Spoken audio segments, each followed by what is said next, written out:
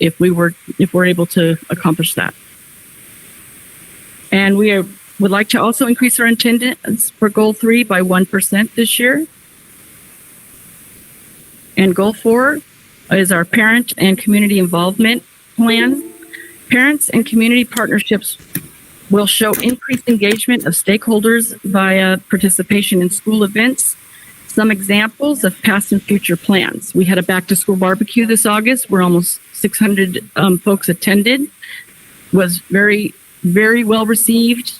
Everyone enjoyed it, and we had a great time. This past Friday, we had a Halloween parade, and we're really trying to focus on how we can keep engaging our families within the parameters of all the health issues we have. So what we did, we have a rather large field area, and we had all of our parents attend on H8 outside the fence and 15th Street.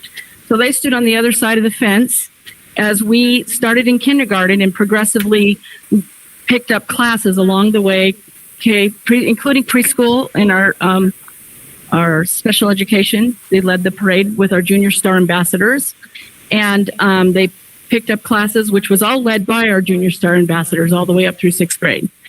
We toured the field twice. It was a great event, very well received again. We had lots of fun. And this Christmas, we're trying to, or I should say winter holiday, well, we're trying to, again, think outside the box and engage our families. And what we think we're going to do is we're going to have our students perform, and we're going to record it. And so they'll be dressed as if they were having a performance at school. We will then pick a night for each of the classrooms, maybe grade level wise. We haven't decided yet. And we will present that via Zoom or WebEx, and we will share with our parents. They will celebrate at home. The staff will be on with them. They'll do their performances, and we're hoping that's just one way that we can still kind of hold on to a little piece of the things that we love. And we have lots of plans like that for our school this year. Our Junior Star ambassadors are the Promise Keepers. They also, or Peacekeepers, excuse me. They keep the peace on our playground. They are training right now to give dignitary tours and all types of other events. We're currently engaged in a food drive from the 1st through the 12th. We're doing a toy drive, involving parents in every way we possibly can. Family engagement is really one of my close to my heart things. And so I look forward to you all coming to visit so we can share with you all the beautiful artwork that we do have. And it's not just art. There's other creative things that you will be surprised that it came from our children. They're amazing. Any questions?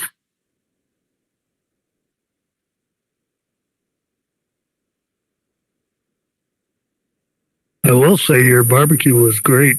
Thank you. And very well attended, by the way. Very well attended. Yes, it was a very popular event right before we had to go back and lock down. We thought we were going to have it for a minute, where we're going to be back to normal, but yeah, we are not. So we are trying to do the best we can within our parameters. Do you happen to have your percentage for socioeconomically? I believe it's 97.3. Okay. But I know I didn't have it in the slide. That's okay. We too are struggling with that as well. Lots of need.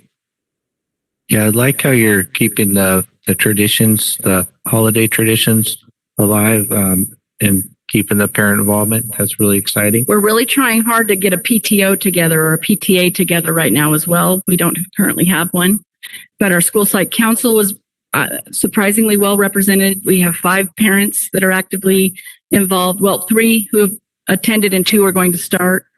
And so we're just going to chip away at it until we have full support. And, we want Desert View to be a hub, a place for everyone to feel welcome and to have events and the good old days, so to speak. I have a contact that can help you with the PTA if I would love that. Thank you. Okay, just see me after the meeting. One of our parents on our school site council is a chamber member.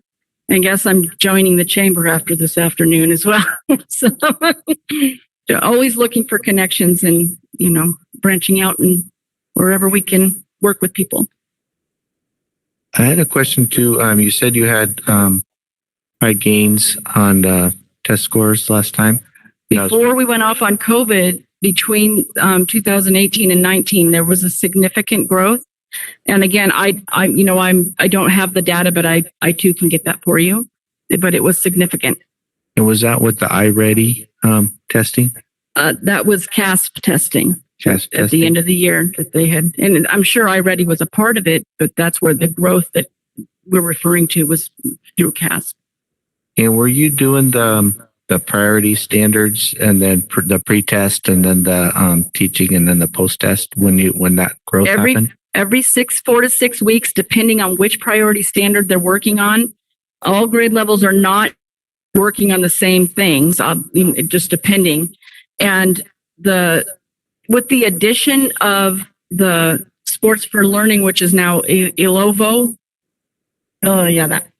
with that gives our staff an additional hour every Wednesday.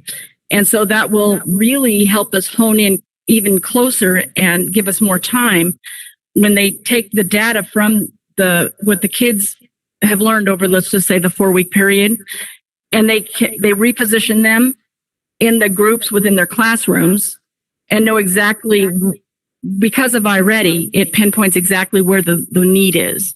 And we are able to pinpoint exact need for every individual student. Even though they're in a small group within the classroom, they are still working individually on the piece that they didn't get. Yeah, that sounds like a really good. That's the big picture. Did I answer your question? Yeah, Okay. That's a great strategy. Yeah. Yeah, thank you. Absolutely. I don't know if you guys know this, but there is a claim to fame there. You guys had a famous, he's sort of famous, but I know George Renner, who was one of our assemblymen and senators, and I think he's on the franchise tax board, but he went to Desert View. I did not know that. I don't know if he's in that book, but early on. So, well, Lexi knew a lot of people in that book. Just saying. Yeah. Not the one in the 20s. I mean 50s, the 80s, the 80s. Sorry, not the. Clarifying. Anyway, thank you very much for the opportunity, and I look forward to seeing you all come get a tour from our Junior Star ambassadors. Have a good night. Thank you. Thank you very much. Let's hear it from Vista and Desert View. That does conclude our SIPSA presentations for this evening, and we're ready to go on to item 5. Thank you. I would ask then if there's any public input on closed session items. We do not have any requests for public input this evening. Thank you. Closed session items will include personnel matters with respect to every item of business to be discussed in closed session pursuant to Government Code Section 54957. Public employee discipline, dismissal, release, reassignment, and non-reelect. Employer-employee relations with respect of every item of business to be discussed in closed session pursuant to Government Code 54957.6. We'll have conference with a labor negotiator, Lexi Conti, regarding certificated bargaining unit, classified bargaining units, and unrepresented groups. Pupil personnel with regard to every item of business to be discussed in closed session pursuant to Ed Code 35146. Legal issues with respect to every item of business to be discussed in closed session pursuant to Government Code Section 54956.9. Conference with legal counsel, anticipated litigation. An initiation of litigation pursuant to paragraph 4 of subdivision D of Government Code 54956.9. Consideration of one potential case. And finally, facilities. If there's no other comment for that, then we will recess the closed session at 5:20. Thank you very much. I am going to ask the board members to actually log completely off of this session. And we will return after closed session to this link. And as quickly as we can, because our consultants are waiting on the other closed session line. But you need to bring your laptop with you, please. You don't have to bring the plug, just because they're coming virtually. This with us? Take your laptop with you so that you'll be able to connect with them.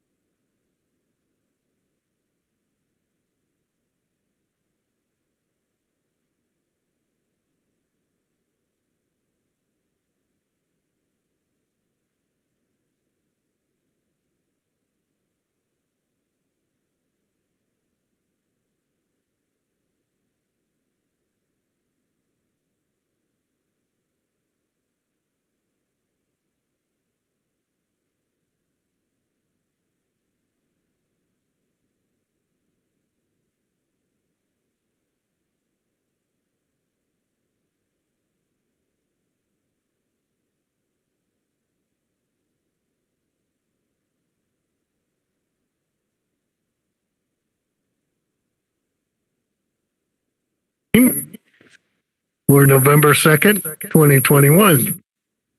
Reconvening at 6:29. To report out of closed session on action taken, the board directed legal counsel to initiate or intervene in a legal action by a 4-1 or 4-0 majority vote.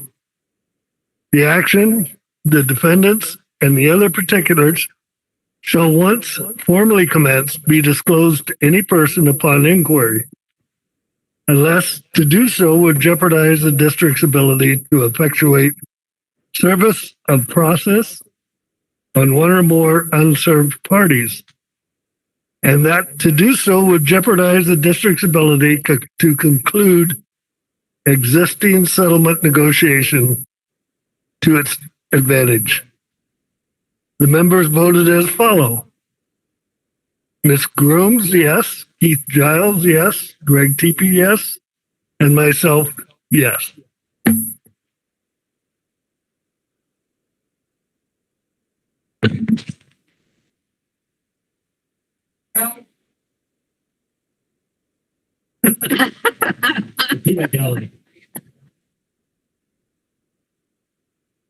Because if an attorney says that, then we don't need it, right?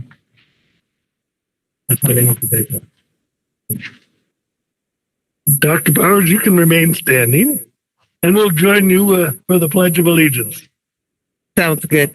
Thank you very much. Please stand and join me in the pledge. Ready, begin. I pledge allegiance to the flag of the United States of America and to the republic for which it stands, one nation, under God, indivisible, with liberty and justice for all. Thank you very much.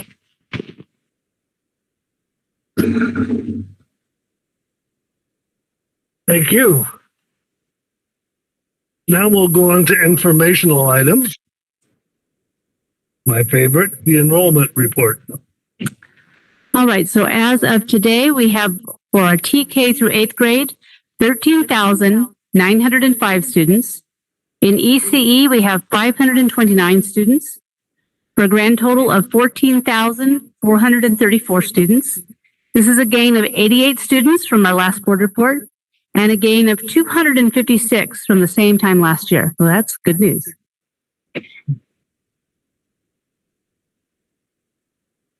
Very good. Thank you. Dr. Bowers, are there any other? No, we do not have any other informational items to report this evening. Thank you. We'll move to number 11, curriculum highlights.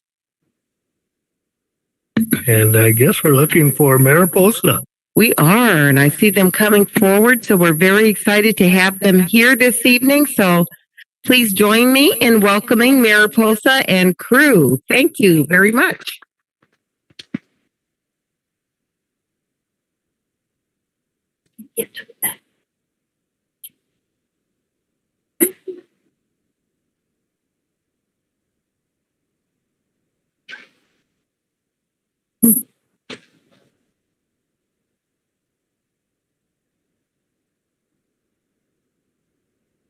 Uh-oh. Students.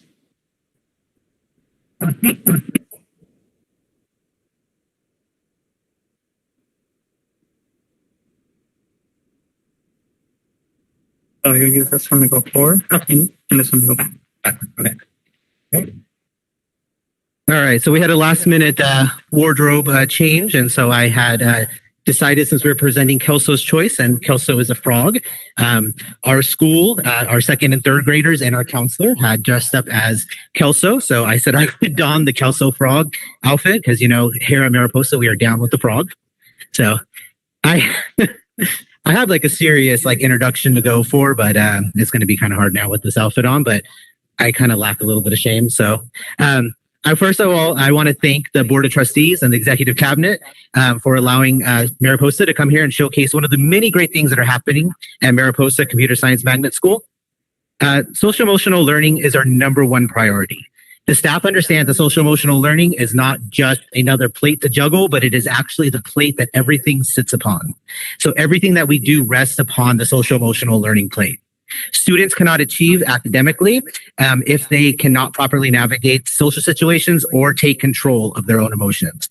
In addition, social emotional learning, it has created and maintained our positive school environment that we experience today. At Mariposa Computer Science Magnet School, we build the capacity not only with our certificated staff, but our classified staff as well. We give them the skills and the capacity to work with our students and their social emotional needs. This includes reaching out to our campus supervisors, our campus supervision aides, our office assistants, our secretaries, our health clerk, anybody at our site who interacts with children, they have the skills to work with the kids. Before I begin any further, I want to thank the staff at Mariposa for embracing social emotional learning and truly being on the front line of supporting our students' social emotional needs. We really do appreciate everything that the staff at Mariposa does. So before we begin, I want to introduce you to three very important people at our school site. The very first one to my left is Miss Angela Medina. She is our school counselor. She is someone who jumped, no pun intended, right into Mariposa Computer Science Magnet School's family. She does a lot of great things at the site. And some of the things that she does that's super amazing is she does small group counseling. She also works with students individually who need the support right then and there. And she also does conduct classroom presentations, and she's definitely an integral part of our school. Miss Kim Hickman, who is directly behind me, she is our instructional coach. She is our go-to for all the instructional and behavioral supports that we have at our school. All the staff members know to go directly to her for any of the type of support, and they'll get everything that they need. She also helps build the instructional capacity of all the teachers and staff at the school, and she's essential to the success that we have at our school. The last we have is Mr. Mike Choate. He's to my right. He is the principal at Mariposa Computer Science Magnet School, and I really want to give him a special thanks. It's his leadership and vision that has actually helped create the success that we see here at Mariposa Computer Science Magnet School. He has created a positive and safe environment that makes learning and teaching enjoyable. So, all the great programs that we have, I'm going to turn this over to Miss Kim Hickman, and she's going to explain to you Kelso's choice, and hopefully the alphabet makes a little bit more sense.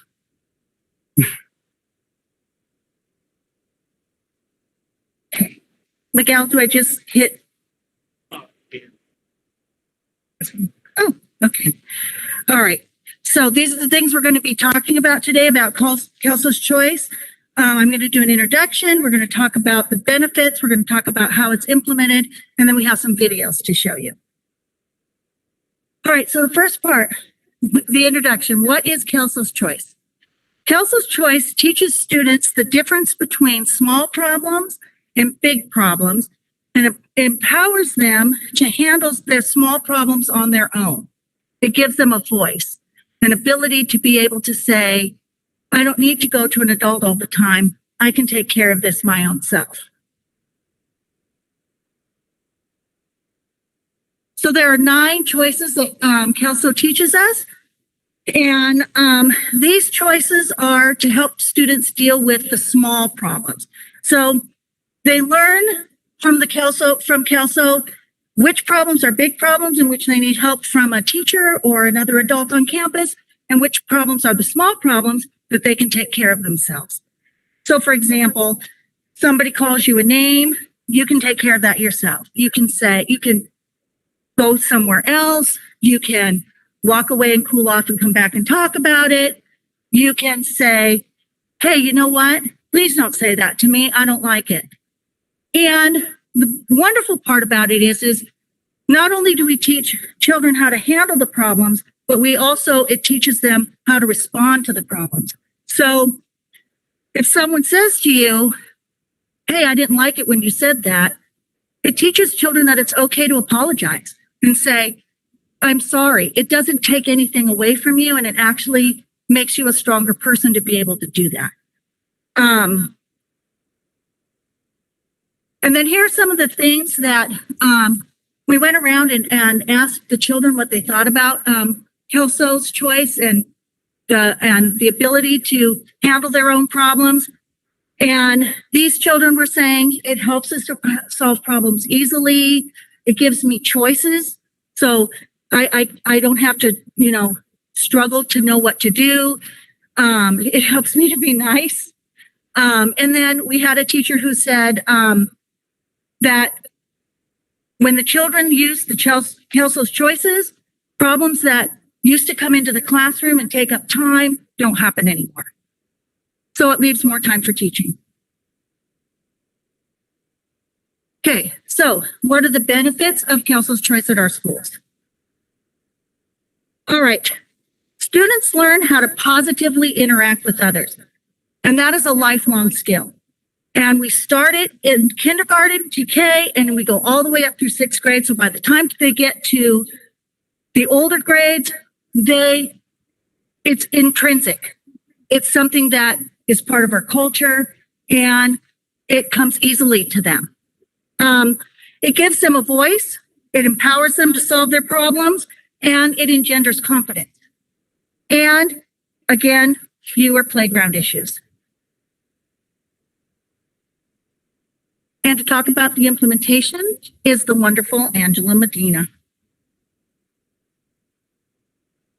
All right. So we also have two puppets that we utilize in our classroom lessons. This is Kelso, the real life Kelso. So when students see him around or when they see me walking with them, they always greet me, and they also greet the frog as we were walking out, Mr. Gold and I, in the parking lot.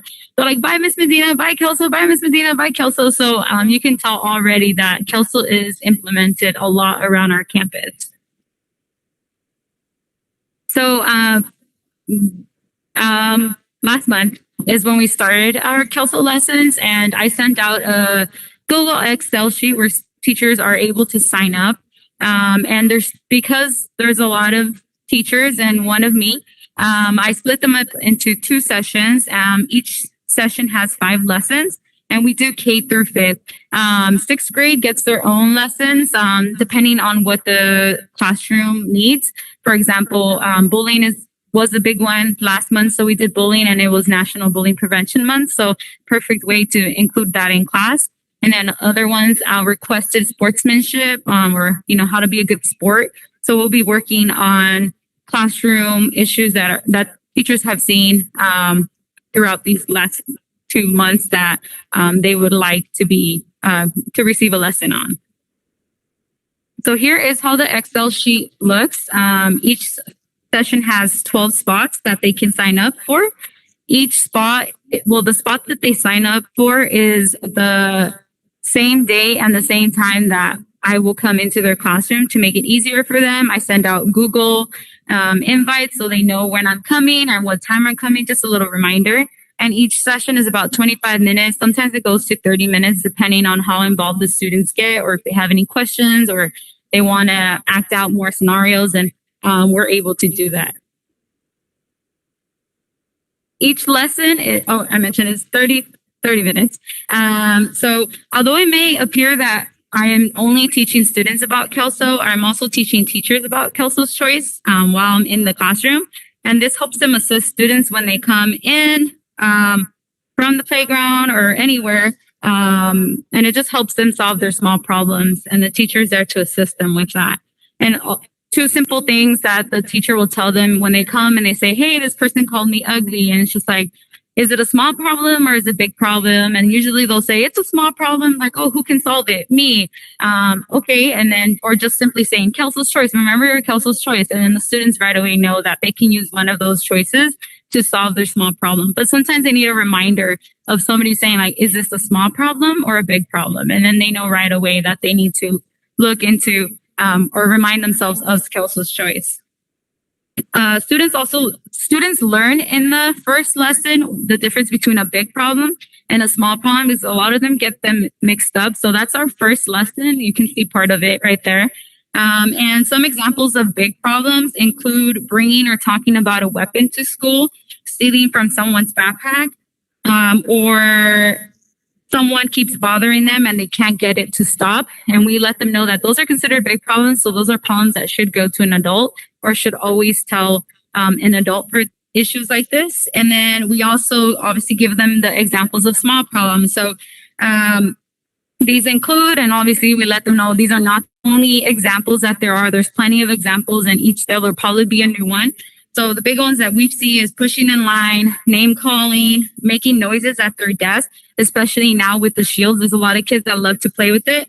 And not sharing, which is the big one. There's certain things that we can share, like on the playground, the swing, stuff like that. And then in class, they obviously have their own thing. So that's not a problem. It's that playground part when they have to share common areas like the swing, slides, things like that.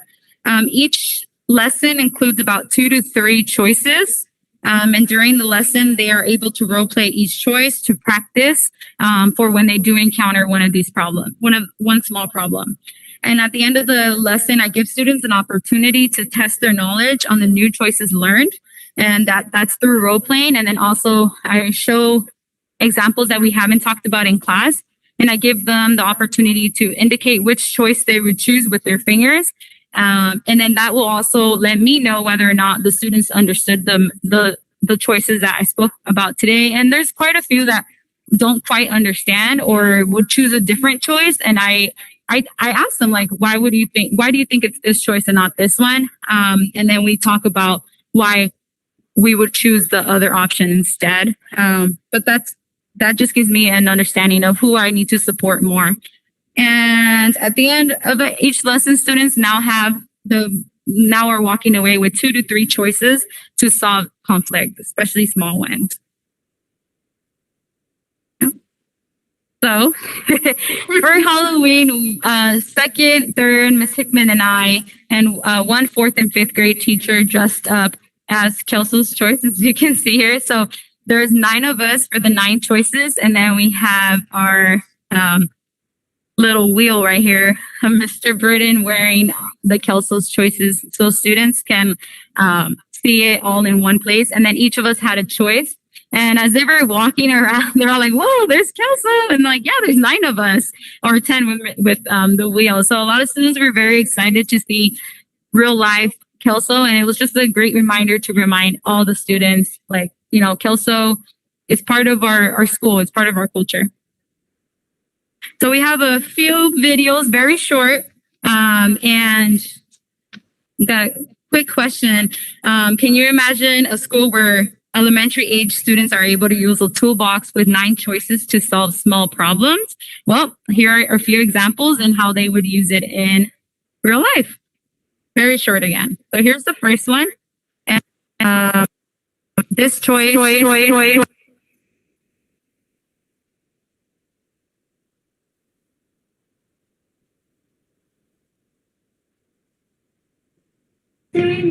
ugly.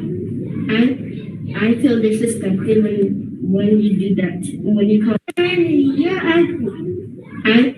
I feel disrespected when you do that. When you call me ugly. Can you please stop? You're right, Samantha. I'm sorry.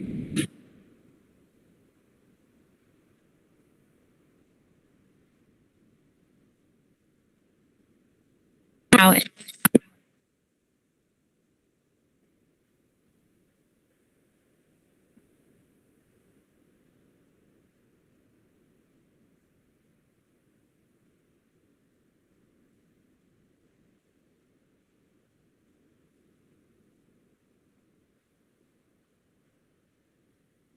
And we tell them, like, it's okay to ask for an apology. If that's what would make you feel better, then it's okay to ask for it. So the student at the end said, you're right, Serenity. I'm sorry. That's the first one. And that was for the choice, talk it out. This one.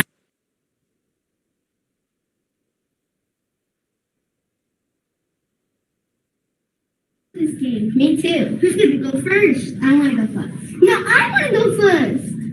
Let's play rock, paper, scissors. Rock, paper, scissors, scissors. Okay. Is a big one students forget that they can do, and it's our choice, make a deal.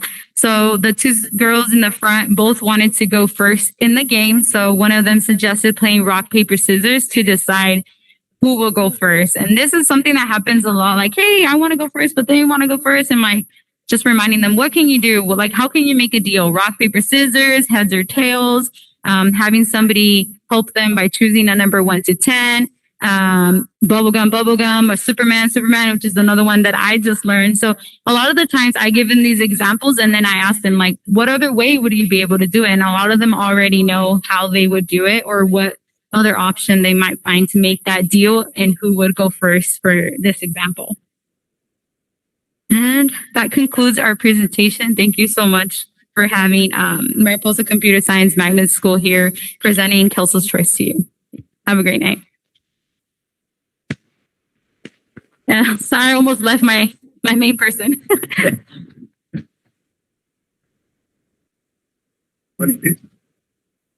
Yeah, I would like to say my daughter teaches up in Alaska, and she has a boy in her class that is a tattletale all of the time.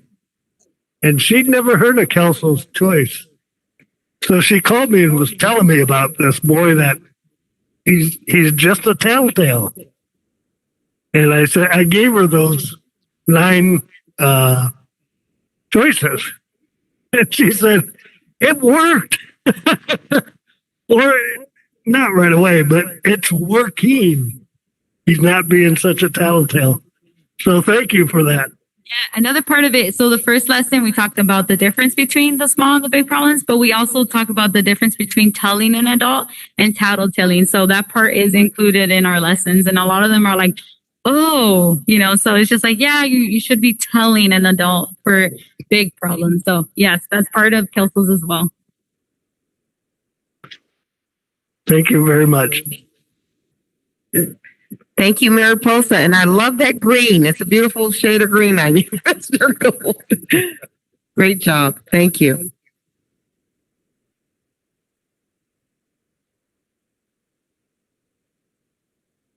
Thank you. We'll move on to item 12 and the ACES Awards.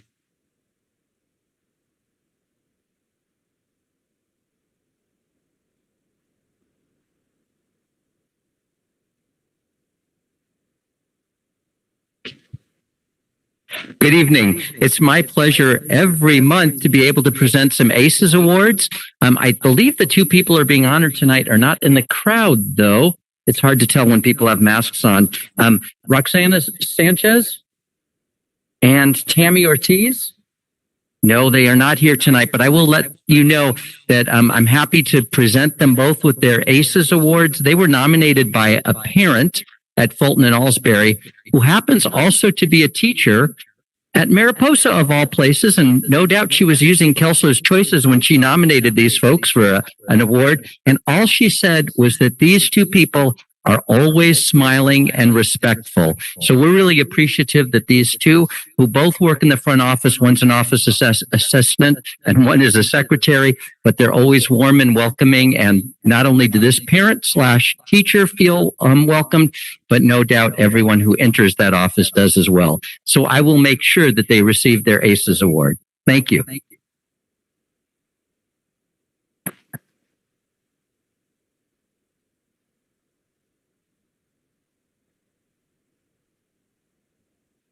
We have none this evening. We need you to. Okay. Okay, number 13, we have no presentation requests, proposals, or reports, so we'll move to addressing the board. Board members will be utilizing electronic devices during the meeting to access the online agenda, and an electronic device may be used to record the meeting. Individuals who wish to address the board may complete a speaker card and present it to the superintendent's secretary. The board president shall recognize the individuals who wish to speak. Individuals wishing to present testimony to the board concerning specific items on the agenda may do so once that item is moved, seconded, and is on the floor for discussion. Time limits of 3 minutes per person, 20 minutes per item shall be allowed. That's per the board bylaw 9322. Board members may ask questions for clarification purposes However, no action may be taken and no discussion may take place on an item not on the posted agenda for the Brown Act. We'll move to comments from PTA. We have none this evening. Thank you. From CSEA. We have no requests for speakers this evening. Thank you.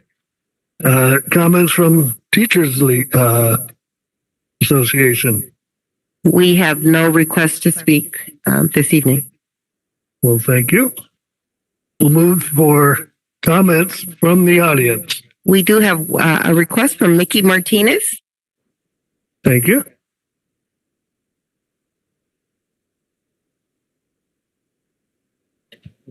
Thank you. Good evening. First, I'd be remiss if I didn't mention I love your orange that you're wearing. Is it for bullying month? Anti-bullying month? No, I just felt kind of coral today. Oh, it's beautiful. I love it. Thank you very much. Okay. Good evening. I would like to know if the board supports students and staff being separated into us and them categories. It's unnecessary and discriminatory classification. Do you support people having to identify themselves? What's the reason for the symbolization and identity attached to people? The answer is convenience.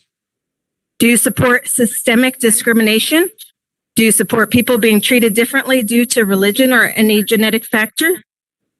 Do you support the notion that this is a pandemic of the unvaccinated, as if only a particular group can carry and transmit disease? Do you realize that by associating a group of people to disease-carrying vermin is dehumanizing and exactly what happened in 1940s Germany? Do you support the creation of a specific group of people to enforce compliance? Do you support coercive propaganda in order for people to fall in line? What I've just gone over are 6 of the 10 stages of genocide. You have been complicit in getting us to step 6, and it's time to take a stand. Continuing on this pattern, the next steps are number 7, preparation, official action to remove and relocate people. Number 8, persecution, beginning of murders, theft of property, trials, massacres. Number 9, extermination, wholesale elimination of the group. It is considered elimination and not murder because the people are not considered human. Number 10, denial. The government denies that it has committed any crime. Where is the off-ramp? Why have you been complicit up to this point? Why are cities rewarding the coercion of being vaccinated with the Vax Challenge? The Vax Challenge literally reinforced the first 6 steps. It's time for our district to derail this path to genocide and stop encouraging and enforcing these tyrannical mandates. Thank you. Thank you very much. We have I have a request to read comment from Laura Giles, who's not present this evening. Okay, thank you. Dear Lancaster School District Board of Trustees, Superintendent, and Leadership Team, good evening. I would like to extend my gratitude to Dr. Bowers. Thank you for being a superintendent that listens to the concerns of parents, teachers, health clerks, and concerned citizens that have come to the board meetings for the past couple of months to voice their concerns over mask mandates and other COVID restrictions. Thank you for your work on the Healthy Children's Resolution. It was a well-written, thought-out resolution that reflected the concerns we have all expressed. The resolution required no action for the board to take that would risk the loss of funding or of stating an opinion in support of mask mandates or opposing mask mandates. It simply stated the current data, learning inequalities, and asked for the metrics for off-ramping the restrictions. Thank you to the 2 board members, Mr. Teepee and Mr. Giles, that supported the adoption of the resolution. Thank you for being board members that listen to the concerns of the parents, the teachers, and health clerks that spoke in support of the resolution. I wonder who the 2 board members that dissented were listening to, because there were no speakers at the meeting that opposed the resolution. It reminds me of the famous quote, "All that is necessary for the triumph of evil is that good men do nothing." I believe you are all good people, but your failure to act in this regard has caused the escalation to now include vaccine mandates. I have communicated with the board at every school board meeting since the school year started with my concerns about the harmful effects of masking children in school. I have presented numerous articles, the current COVID data for LA County and data from the CDC regarding the very low incidence of transmission of COVID among children and the very low risk of COVID mortality among children, 0.025%. Now our governor has mandated vaccines for school children to remain in in-person education as soon as the CDC gives emergency use authorization. While he exempts foster youth, migrant youth, and children with an IEP, this mandate does not exempt children that have had and recovered from COVID, giving them natural immunity. The governor rationalizes this mandate by comparing the COVID vaccine with the already required vaccines for children to attend school. All right, let's compare them. Let's use the chickenpox vaccine. I have 9 children. My younger 5 have all received the chickenpox vaccine. My older 4 do not have the chickenpox vaccine. Why? They all had chickenpox and recovered, giving them natural immunity. Does that make me anti-vaccine? Of course not. You wouldn't vaccinate a child for a virus that they have natural or acquired immunity. That would be unhealthy. My younger 4 children have all had COVID and recovered, and they will not receive a COVID vaccine. This is something that is not even acknowledged by the governor or his mandate. They cannot contract or spread COVID at this point. On the contrary, data has shown that fully vaccinated people can still contract and spread COVID. Does this make sense to you? I again urge you to adopt a resolution and take our concerns over all these COVID restrictions in our schools up to the ones issuing these policies. The current stats in all of California is 15 cases per 100,000 people. Current transmission rate in LA County is 0.8%. COVID is no longer a pandemic, it is endemic, meaning we need to learn to live with it. We have vaccines, natural immunity, and very good therapeutics. We need to return to normalcy. Our children need normalcy. I urge you to govern our schools with wisdom and not fear. Thank you, Laura Giles. That concludes comments.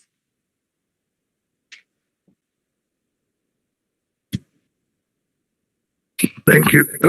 Thank you. Move to number 15, individual action items by the superintendent, and that's an adoption of resolution 2021-22:10, board member compensation for missed meetings for Miss Sandra Price. Do I have a motion? So moved. Moved by Mr. Keith Giles. Second. Second by Ms. Grooms. Any discussion? Hearing none. How do we vote? All in favor, say aye. Aye. Aye. No nays. Vote passes 4-0. Then we'll move on to a public hearing. And that is relating to consideration of approval of a school facilities needs analysis and consideration of adoption of alternative school facility fees. Hearing will open at 7:52. 02. I think it's 7:02. 7:02, I'm sorry. I don't want to have to go wait 50 minutes to close.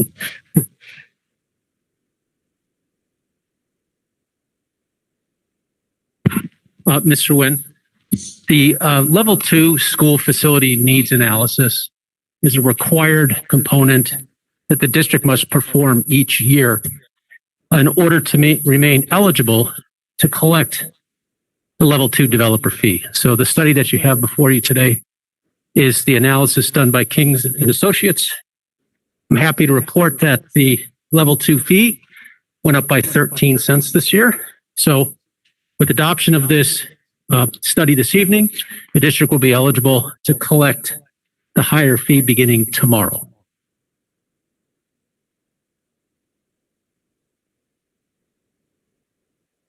I'm assuming that's commercial and residential, or just residential? It also does affect commercial, but at a more unusual analysis.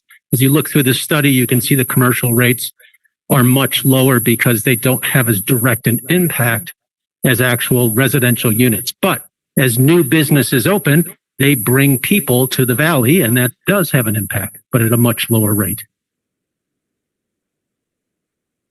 Do you get any pushback from any developers or anything, or not at this point, not for 13 cents? I think every developer in the valley acknowledges that developer fees for the construction of schools is just part of constructing new homes. And so back in the early 2000s, when a lot of districts began adopting it after the change in law, there was great pushback.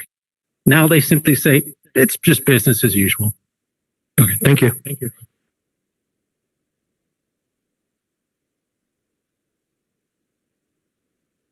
Is there any further discussion? Is this just for it to go up a certain percentage that it does every year? No, Mr. TP, that's the actual level 1 school or developer fee justification study, which we do every 2 years. This particular study is an actual analysis of the cost of construction of schools here in the Antelope Valley, coupled with the average size of homes that are built in the Antelope Valley and the yield of students that those homes bring. So this study is specific to our valley. Developer fee justification study has an annual escalator in it, or a biannual escalator. And we have to perform that study every 2 years in order to remain eligible to collect the base fee. So this is very specific to us. And all the districts in the valley do their own study each year.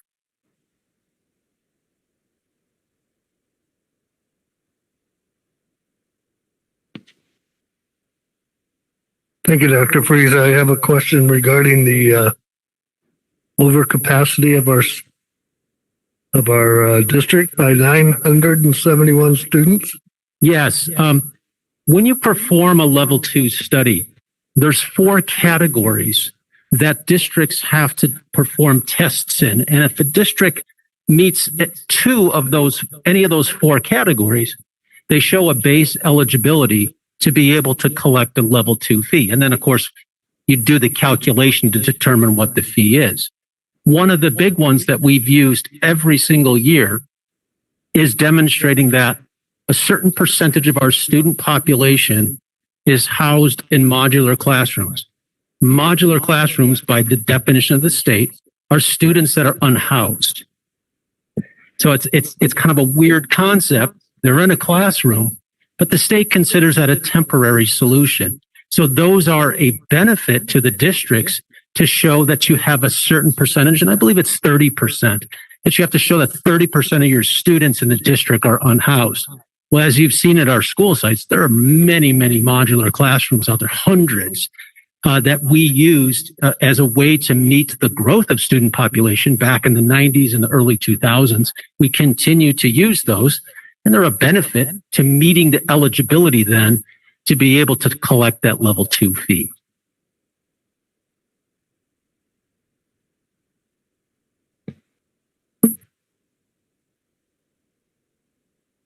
Does this study project any certain amount of growth for in the near future? Or? It does factor in anticipated housing units that are going to be constructed in the future.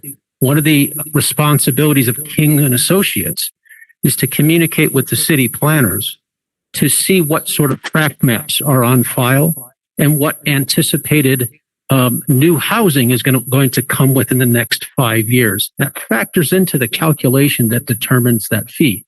So while it doesn't necessarily focus on enrollment growth, it does look at new housing. And I will say that in the last 18 months, our developer fee collection has been pretty low, except in the last 4 to 5 months where it has skyrocketed. We're seeing a lot of new development, not only single family home residential, but also multifamily in the hundreds of thousands of dollars.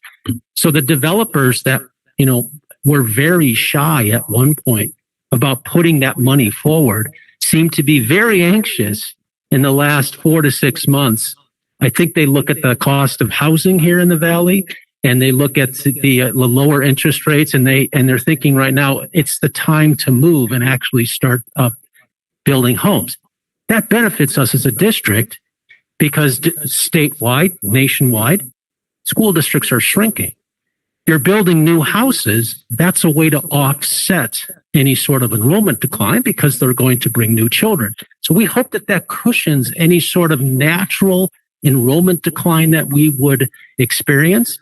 So, and we get to collect the developer fees associated with those new units, which allows us some flexibility to do some expansion in certain areas of our district as it relates to housing students. And that development, will that take place in the next year or 2 years, or do you know? Well, I would say developers these days, when they pay those fees, they want to build quickly within the next 6 to 8 weeks. Unlike back in the early 2000s where they were putting down fees for hundreds of houses at a time, they seem to build them now as they sell them, and they're selling them. So pulling those fees, yeah, you're going to see sticks going up in the air very soon thereafter, and occupancy, I would guess within 7 to 9 months. But I will say it's not the type of enrollment growth that's going to crush us like it did back in the 90s and the 2000s, but it will certainly offset that natural decline to some degree. We're seeing, upwards in the 100 to 200 to 300 units, and that generates students. So that's all good news for our district. Okay, great. Thank you.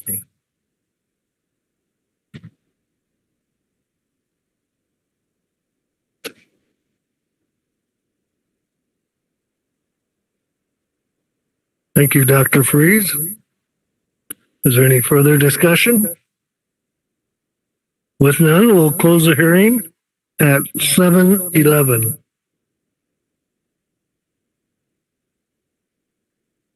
Move to number 17.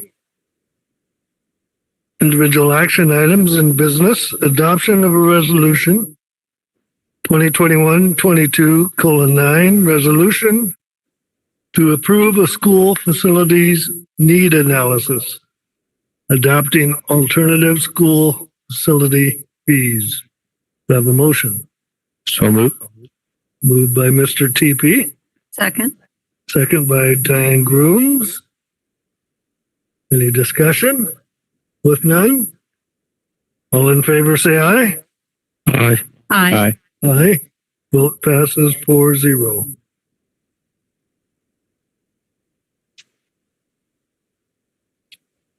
Number 18, individual action items, human resource.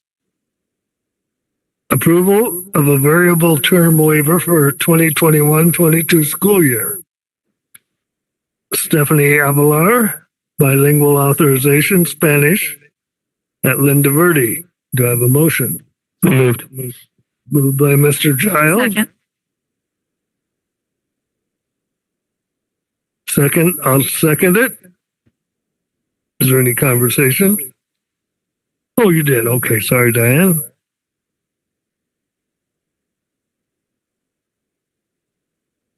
With no discussion?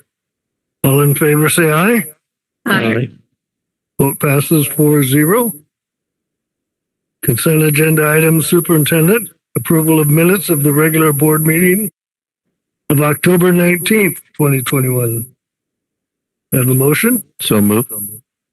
Moved by Mr. Second. TP, second by Mr. Giles. All in favor? Aye. Aye. Vote passes 4-0. Consent agenda items, business 20A through 20C. Do I have a motion? Second. Moved by Ms. Groom, second by Keith Giles. Is there any discussion?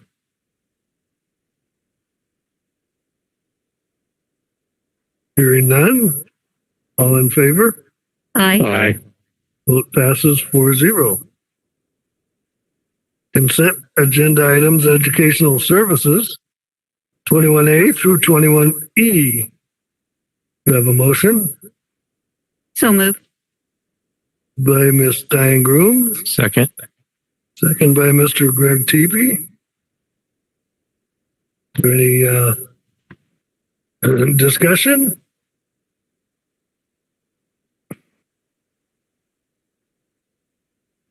Hearing none, all in favor? Aye. Aye. Aye. Vote passes 4-0.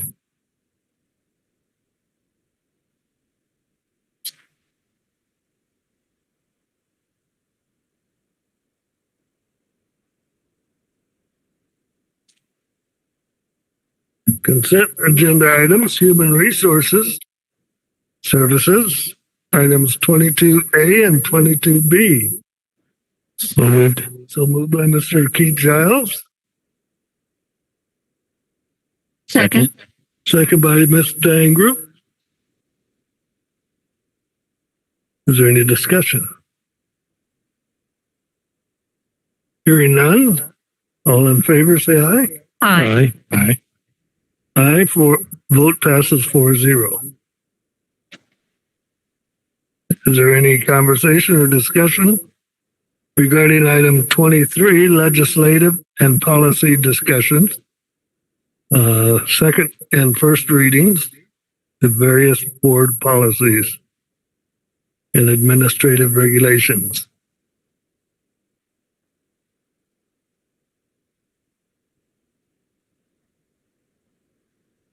Thank you. We'll pass on to number 24, and we'll ask for comments from the board.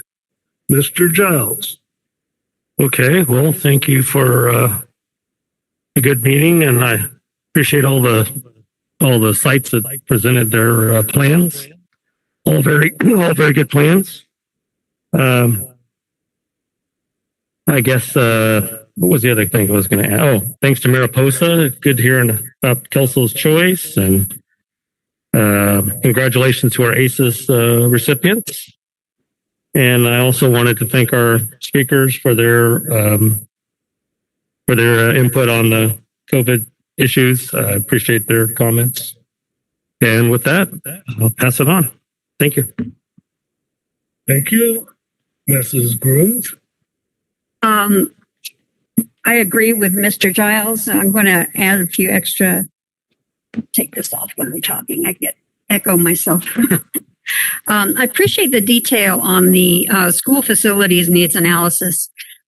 Without this kind of overview, we could be undercharging for what is very important. Most new housing units bring in a very young population, and so we're heavily weighted to school children in the early years of development. For instance, I went in 6th grade. I was in a modular classroom in Dumfries Elementary School in Virginia, and when I went back to visit that school, all the modulars were gone. The size of the regular school was enough to handle the population because it had leveled out. We had seniors, we had middle-aged, and we had young families.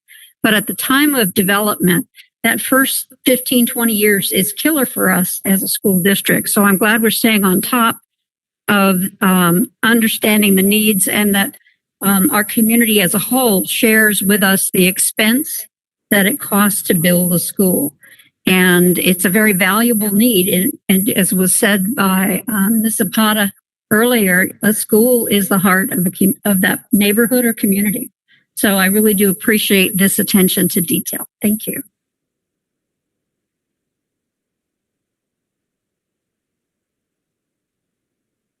Thank you, Ms. Grooms. Mr. Teepee. Okay, yeah, a lot of really great presentations. It's neat to see all the different programs they're doing. Excuse me, all the different school sites. And again, it's just amazing how involved the staff are and principals and parents and so forth, and really helping our schools turn around and also deal with the issue of coming back from virtual school and from the COVID, the time they've been off. So it's great to see just all the unique programs that the schools are coming up with. It was also neat to get the more in-depth look at the Kelso program, and exciting that's even helping teachers up in Alaska. So that's great. But it was really neat to see how they're teaching kids how to deal with problems on their own, and also recognize if it's a small problem or a big problem. So I thought that was really neat. Also fantastic to see the increase in attendance again. Great news. And also that the LAVA program is working and expanding and working well with the extra co-principal over there. So that was really neat to hear too. Let's see. Also the facilities report, great to hear that we are getting some new construction in our area that will should help with our attendance. So that's great to hear. And so looking forward to that as well. Also, I had a question. Are we members of the National School Board Association? Do you know? I don't believe that we are active members, but I do get the literature all the time. And I think we did forward you an opportunity to participate at one of their upcoming conferences. We're not paying members as of now. Not right now, but if that's because you had up to this point had not been involved in any of their meetings. But if you decide you want to participate, we can look at, usually they have a discounted membership. So if that's something you are interested in, just let us know. Okay. Yeah, actually it was the opposite. They've done something that I didn't like. So I was going to say if we were members, you're not members. Suggest we. In that case, no, you're not members. We have been members in the past, but we aren't members now. We're not members We're currently. not paying members. Okay. So that's good. I mean, well, that's fine for now. Yeah. And I think that's everything I had. Also, just want to thank all the members of the audience for their participation and staff and teachers as well. Thank you. Thank you, Mr. TP. Dr. Bowers. I just want to say thank you to the board for a wonderful meeting this evening. And also thank you to all of the schools that presented on their SIPSAs. They're going to bed now, but that's okay. And congratulations to our ACES folks for their recognition. It was wonderful to see staff being recognized by a fellow staff member in our district. And lastly, congratulations to Mayor Post on a wonderful presentation, and thank you for the great work that they're doing with Kelso's Choice over there.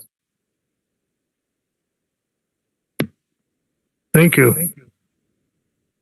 And I'll add just a couple of things, and that is the enrollment report. I'm always happy to see that. And I think that we should commend our administrators for doing the advertising that we're doing and continuing to do. There's still billboards out there talking about Lancaster School District. And I'm hoping that has a lot to do with this big increase that we're having. So let's keep it up. It was a real eye-opener that the 4 schools tonight that gave their presentations, 91%, 97%, 97.3%, and 78% socioeconomically students. It should serve to tell those in the Lancaster School District, the teachers, the administrators, principals, everyone, we're doing a great job. I mean, with the challenges that this district has, not only the SED population, but for the foster and homelessness. I have to give Michelle and I give the cabinet kudos. They've done a great job, getting teachers, getting great teachers, and that even come to board meetings when they didn't have to. And we just need to keep this up. It's a great district and the people are doing a fantastic job. Thank you for Mariposa and the council's choice. And I think I explained why I really enjoyed that because of my daughter in Alaska. And one last thing is tomorrow night is the Paiute Band concert, an outdoor event, so we can all hope it doesn't rain or doesn't get too windy. Rain or wind. And look forward to seeing you there at Dr. Bowers. What time? 5:00. I was off to. Yep.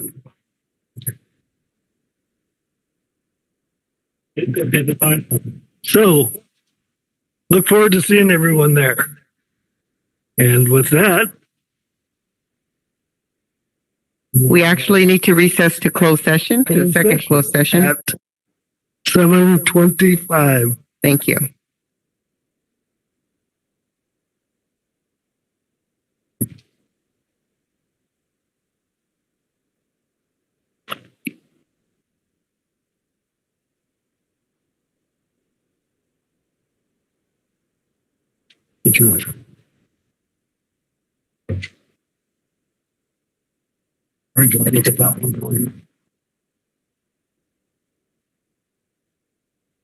Okay, so we don't need to take a laptop.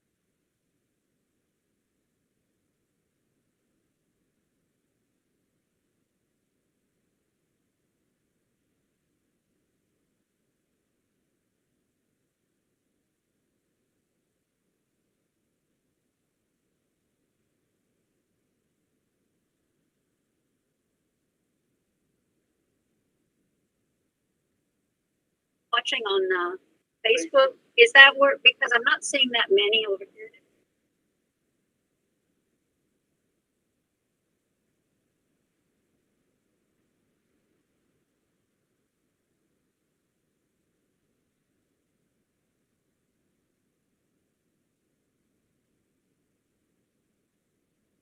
To watch.